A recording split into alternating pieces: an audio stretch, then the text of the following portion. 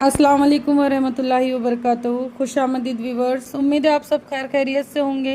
आज हम जो मस्जिद के करीब घर होते हैं और उनसे जुड़े कुछ हादसे जो लोगों के साथ हो चुके हैं उसको सुनाने जा रहे हैं।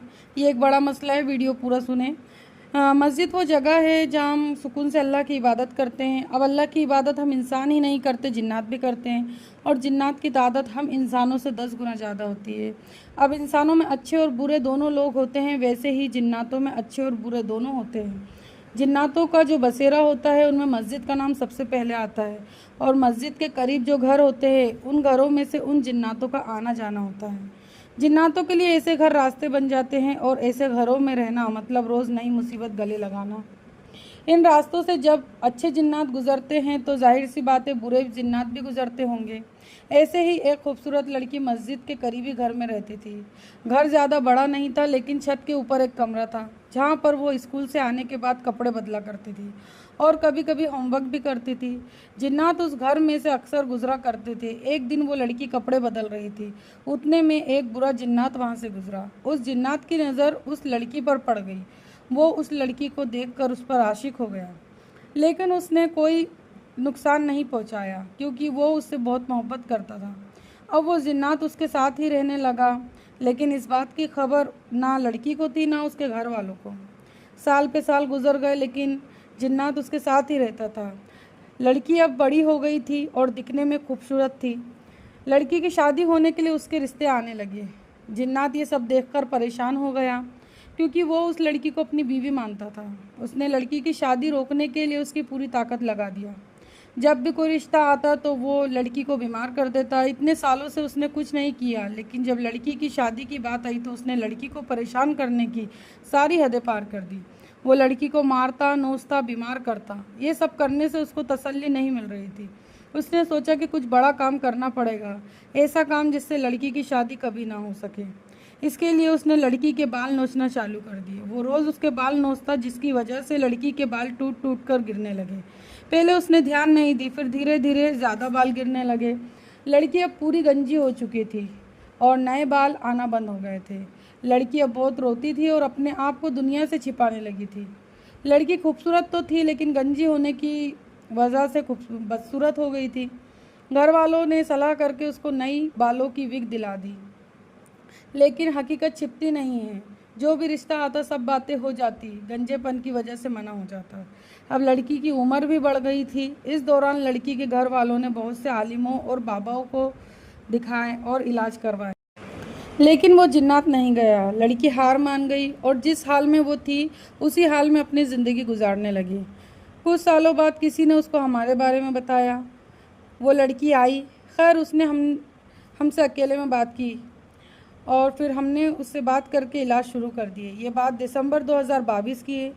लड़की ने आंखों में आंसू लेकर अपने सर से हेयर विग उतारी। जब हमने उसको देखे, अल्लाह अकबर, आज भी वो मंज़र याद आता है तो दिल खौफ से भर जाता है। वो लड़की इतनी ज़्यादा भयानक दिख रही थी कि लफ्ज़ों में बयान करना मुश्किल है। सर पर कुछ गिनती के बाल बचे थे, जिससे वो लड़की बहुत खौफनाक दिख रही थी। इलाज के दौरान हमने जिन्नात से बात की, ज़्यादा कुछ नहीं बोला, लड़की को हाजिरी के लिए खड़े करें। तब उसके शरीर में दाखिल होकर चेहरे पर मुस्कुराहट लेकर बात किया, जैसे उसने बहुत अच्छा काम किया हो। एक पल को ऐसा लगा कि लड़की भी उस जिन्नात के साथ खुश है। जिन्नात ने बताया उस लड़की के साथ उसका वो हर एक रिश्ता है जो मियाँ और बीवी का होता है, और हमारे 4 बच्चे भी हैं जो मेरी तरह जिन्नात हैं। कुछ दिनों तक इलाज चला। जिन्नात को हम काबू करने में कामयाब होने वाले ही थे कि लड़की बोली, मैं इलाज नहीं करवा सकती अब आगे। हमारा शक सही निकला कि लड़की भी जिन्नात के साथ खुश है, लेकिन लड़की होश में ये सब नहीं कर रही थी। लड़की ने तो इलाज बंद कर दी, लेकिन हमने बंद नहीं करे। हमने अपनी कुछ चीज़ें उस लड़की के पीछे लगा दी और अल्लाह भरोसे छोड़ दिए। अगले 6-7 महीने तक कोई खबर नहीं मिली। हम भी अपने दूसरे कामों में लग गए। फिर एक दिन उस लड़की की माँ और बड़ी बहन बहुत खुशी से आई। मुस्कुराते हुए बोली कि अल्लाह ने आपकी दुआ सुन ली और मेरी बेटी का निकाह हो गया। ये बात सुनकर दिल को जो सुकून मिला बस वो अल्लाह ही जानता है। उन्होंने बताया कि आपके यहाँ से इलाज पूरा भी नहीं हुआ था कि मेरी बेटी की शादी का सिलसिला शुरू हो गया और अल्लाह ने उसका निकाह भी कर दिया और अब वो बहुत खुश है। ये तो एक ही केस हमने आपको बताए हैं। मस्जिद के करीबी घरों के पास से 6 केसेस हमारे पास आ गए हैं। ऐसे ही एक इंदौर का केस हमारे पास आया था, जिनके घर के पीछे मस्जिद थी और उनके घर में से पाक जिन्नातों का काफ़िला गुज़रता रहता था और उस घर में कोई गंदगी हो जाती थी और उन पाक जिन्नातों के रास्ते में आ जाती थी, तो वो पाक जिन्नात उस घर में रहने वाले लोगों को खूब परेशान करते थे। धीरे धीरे करके वो लोग पूरे फना फिल्ला हो गए, सब कुछ बर्बाद हो रहा था। घर वालों ने परेशान होकर ओघड़ इलम करवा लिए। ओघड़ ने मसान भेजकर उन जिन्नातों को और परेशान कर दिया।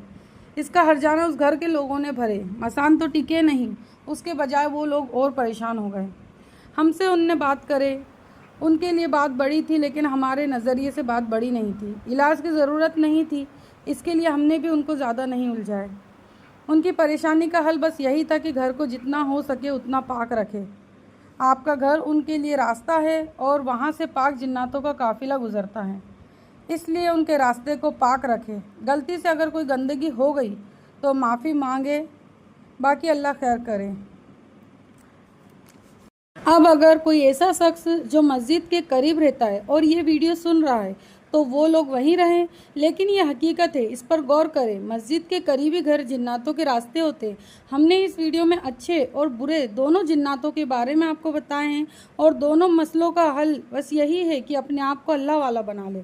अगर वो लड़की कपड़े बदलते वक्त आउज़ु बिल्लाहि मिनश शैतानिर रजीम पढ़ती तो शायद वो बुरा जिन्नात उस लड़की पर हावी ना होता और उसके साथ इतना बुरा ना होता। हज़रत अली का फरमान है कि जो भी शख्स आउज़ु बिल्लाहि मिनश शैतानिर रजीम पढ़ता है तो अल्लाह तबारक व ताला उस शख्स और शैतान के बीच में 300 पर्दे हायल कर देता है। मतलब कि हमारे और शैतान के बीच में 300 पर्दे आ जाते हैं, जिससे शैतान हमको देख नहीं सकता, ना हम पर हावी हो सकता है, और शैतान हमसे दूर रहता है तो हम गुनाहों से बचते हैं। इसलिए आउज़ु बिल्लाहि मिनश शैतानिर रजीम पढ़ने का मामूल बनाएं और चलते फिरते इसको पढ़ते रहें। ख़ास करके कपड़े बदलते वक्त इसको ज़रूर पढ़ें। अब अगर दूसरे मसले वाले लोगों की बात करें तो वो लोग अगर घर में इतनी नापाकी नहीं करते तो शायद वो पाक जिन्नात उनको इतने परेशान नहीं करते। देखिए, पाकी आधा ईमान है, इसलिए ख़ुद भी पाक रहे और घर को भी पाक रखे। ओघड़ी इलम करवाकर उन्होंने अपना ईमान तो ख़राब कर लिए। खैर, अल्लाह उनको माफ़ करे, उनकी तौबा कबूल करे। अब ऐसी गलती दूसरे ना करे, यही वीडियो का मकसद है। लोग ऐसी गलतियां करते रहते हैं, फिर उनको परेशानियों का सामना करना पड़ता है। जिनको ये चीज़ें लग जाती है या जिन पर ये चीज़ें हावी हो जाती है वो लोग तो होश में रहते नहीं हैं। साथ ही साथ जो घर वाले होते हैं वो उनसे ज़्यादा परेशान हो जाते हैं। पैसों की बर्बादी, वक्त की बर्बादी, और घर में बस यही मकसद हो जाता है कि कैसे इन चीज़ों से पीछा छुड़वाएं। खैर, ये चीज़ें पीछा छोड़ती नहीं हैं इतनी आसानी से। अगर किसी को लग गई तो ये समझ लो कि अब ज़िंदगी बर्बाद हो गई। तो अपने आप को इस चीज़ों से बचाएं और खूब इबादत करें। अपना फोकस बस अल्लाह को खुश करने पर रखें, बाकी अल्लाह पर छोड़ दें। अल्लाह बेहतर नहीं बेहतरीन करने वाला है। खैर, शुक्रिया। वीडियो अच्छा लगा तो लाइक शेयर करें और आगे के जो केसेस है वो सुनने के लिए चैनल को सब्सक्राइब भी करें। अल्लाह हाफिज़।